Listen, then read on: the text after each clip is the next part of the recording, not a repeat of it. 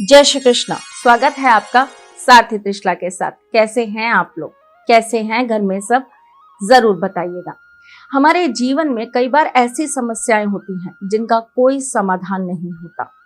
हम बहुत लोगों को कुंडली दिखाते हैं, कोई उसमें पितृ दोष, कोई कुल दोष, कोई कभी काल सर्प दोष, कोई ग्रहण दोष, कोई चांडाल योग, जाने क्या क्या तरह की चीजें कुंडली में हमें निकाल कर बता देते हैं। उपाय भी करते हैं, पर उससे हमारे जीवन पर कोई असर नहीं आता, या कुछ दिन ठीक रहता है, फिर उसके बाद वही चीजें रिपीट होने लगती हैं। ऐसी कंडीशन में हमें क्या करना चाहिए और ऐसी कंडीशन होती क्यों है? चलिए, आज ज्योतिष के माध्यम से आपको कुछ चीजें समझाने की कोशिश करती हूँ, लेकिन उससे पहले आपको ये बता देती हूँ कि मैं कौन हूँ। मैं आपके एस्ट्रोलॉजर हूँ, वास्तुशास्त्री हूँ, चेहरा भी पढ़ती हूँ, आवाज भी पढ़ती हूँ और हाथों की लकीरें भी पढ़ लेती हूँ।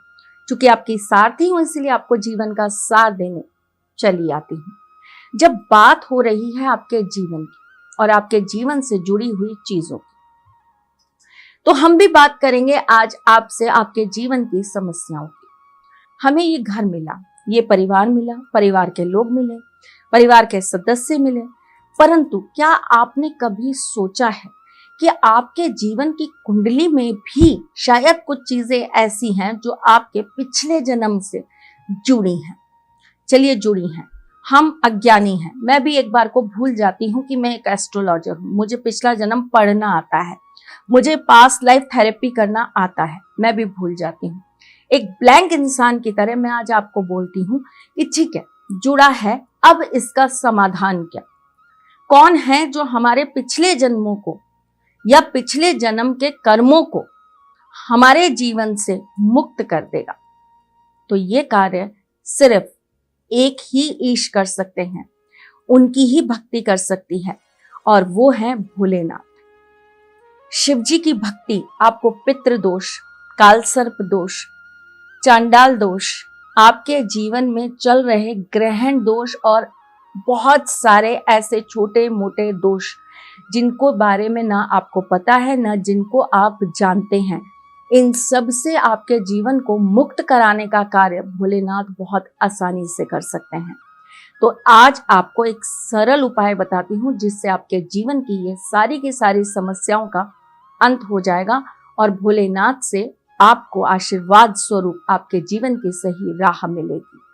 आपकी तकलीफें कोई भी हो, चाहे वो आपकी मैरिज लाइफ की हो, मैरिज ना होने की हो, चाहे जॉब से रिलेटेड हो, चाहे प्रोफेशन से रिलेटेड हो, चाहे बिजनेस से रिलेटेड हो, चाहे कोर्ट कचहरी मुकदमा हो, मुझे नहीं पता, क्योंकि जीवन है तो समस्याएं हजारों हैं। समस्या का समाधान बस एक है, जिसे हम कहते हैं राम बाण उपाय। तो चलिए जी, आज आपको ये राम बाण उपाय बता देती हूँ। आपको ये क्रिया 11 सोमवार करनी है। पहले सोमवार को आपको शिव जी के मंदिर में जाना है। आपको सर्वप्रथम कच्चे दूध से अभिषेक करना है और उसके बाद सादे जल से उनके शिवलिंग को बहुत अच्छी से आपको साफ कर देना है। उसके बाद आपको वहां पर चंदन का लेप करना है और आपको वहां पर बैठकर एक माला ओम नमः शिवाय का जाप करना है। उसी सोमवार को आपको शाम को जाकर उसी शिवालय में, यानी कि उसी शिवलिंग के पास में एक घी का दीपक जला देना है और फिर आपको बैठकर एक माला ओम नमः शिवाय का जाप करना है और आरती करनी है। यह आपके पहले सोमवार की क्रिया समाप्त हो गई। अब आपको दूसरे सोमवार पे क्या करना है? आपको वहां पर काले तिल, ये आपकी सामर्थ्य के अनुसार है, आप कितने ले जा सकते हैं, 250 ग्राम ले जाइए, 500 ग्राम ले जाइए, 1 किलो ले जाइए, आप जितने ले जा सकते हैं ले जाइए। आपको वहां पर काले तिल ले जाने हैं और साथ में चावल ले जाने हैं। ये भी आपको अपनी सामर्थ्य के अनुसार ले जाने हैं। दोनों को अलग अलग पैकेट में रखिएगा और आपको शिव जी को उन्हें टच करके, छुआ के, आपको उस मंदिर में पुजारी जी के हाथ में दे देना है। ऐसा आपको दूसरे सोमवार भी करना है। अब आगे की क्रिया समझिएगा। अब आपको क्या करना है? आपको तीसरे सोमवार को जाकर पहले वाले सोमवार की तरह ही वहां पर पूजा करनी है और तीसरे सोमवार से कंटिन्यूअसली आपको अगले 11 सोमवार तक यही क्रिया को दोहराना है। यानी कि शिव जी के ऊपर पहले आपको कच्चा दूध चढ़ाना है, फिर उसके बाद आपको जल से अभिषेक करना है, फिर चंदन लगाना है, फिर शाम को जाकर आपको दिया प्रज्वलित करना है। अगर आप बीच में पीरियड्स में हो जाते हैं तो वो सप्ताह आप छोड़ दीजिए और नेक्स्ट सप्ताह को वापस से काउंट करना चालू करिए। कैसे? जैसे आपने 3 सप्ताह किया, चौथे सप्ताह आप नहीं कर पाए, तो अब उसके बाद जो सप्ताह आप करेंगे उसे हम चौथे में ही काउंट करेंगे। क्लियर? आपको मेरे ख्याल से कोई अब दिक्कत नहीं होने वाली, आपको स्पष्ट समझ में आ गया होगा। फिर भी कुछ रह गया हो तो कमेंट में छोड़ दीजिएगा, मैं आपको बता दूंगी। चलिए जी, अब आपको एक और विशेष चीज बताती हूँ।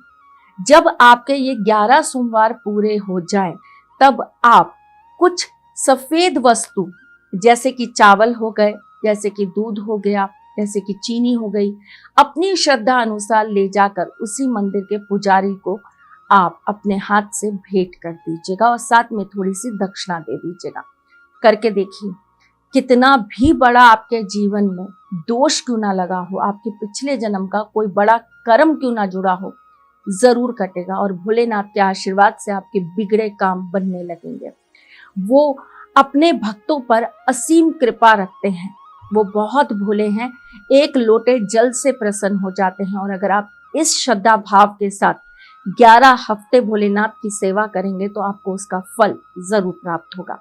आपकी कुंडली में कौन सी चीज आपको परेशान कर रही है, किस चीज से आप बहुत ज्यादा व्याकुल हैं, अगर आप जानना चाहते हैं कि आपकी कुंडली में कौन सा दोष आपको परेशान कर रहा है तो दिए गए नंबर्स पे कॉल करके, व्हाट्सएप करके या मैसेज करके आप अपनी कुंडली के बारे में जानकारी प्राप्त कर सकते हैं। लेकिन निवेदन है कि इसके लिए आपको अपॉइंटमेंट लेना होता है, तो वो आप लेकर जरूर कर लीजिए। चलिए जी, मैं फिर कुछ नया, कुछ अलग, कुछ अद्भुत लेकर आपके सामने जल्दी आऊंगी। तब तक के लिए मुस्कुराते रहिएगा, रिश्तों में मजबूती बना के रखिएगा, अपने साथी के साथ यूं ही जुड़े रहिएगा, प्यार देते रहिएगा, प्यार लेते रहिएगा। ख्याल रखिएगा अपना और उनका जिनसे आप प्यार करते हैं। मैं जल्द आपसे मिलने आऊंगी, तब तक के लिए जय श्री कृष्ण। सारथी मां त्रिशला ज्योतिष के क्षेत्र में विश्वविख्यात नाम है। ज्योतिष शास्त्र में पीएचडी मां त्रिशला पिछले 22 वर्षों से ज्योतिष की सभी परंपरागत विधाओं के साथ साथ अनेक दुर्लभ गुण विधाओं जैसे परछाई एवं लफ्ज के अध्ययन से अपनी सटीक भविष्यवाणी और पूर्वानुमान के लिए विख्यात हैं। अपने उपायों द्वारा लाखों लोगों का जीवन संवार चुकी मां त्रिशला लगातार 2016 से ज्योतिष विभूषण अवार्ड प्राप्त कर रही हैं। साल 2018 में उन्हें उत्तराखंड के मुख्यमंत्री त्रिवेंद्र सिंह रावत ने ज्योतिष विभूषण अवार्ड से सम्मानित किया था और साल 2016 में उन्हें राजस्थान में बेस्ट एस्ट्रोलॉजर के अवार्ड से नवाजा जा चुका है।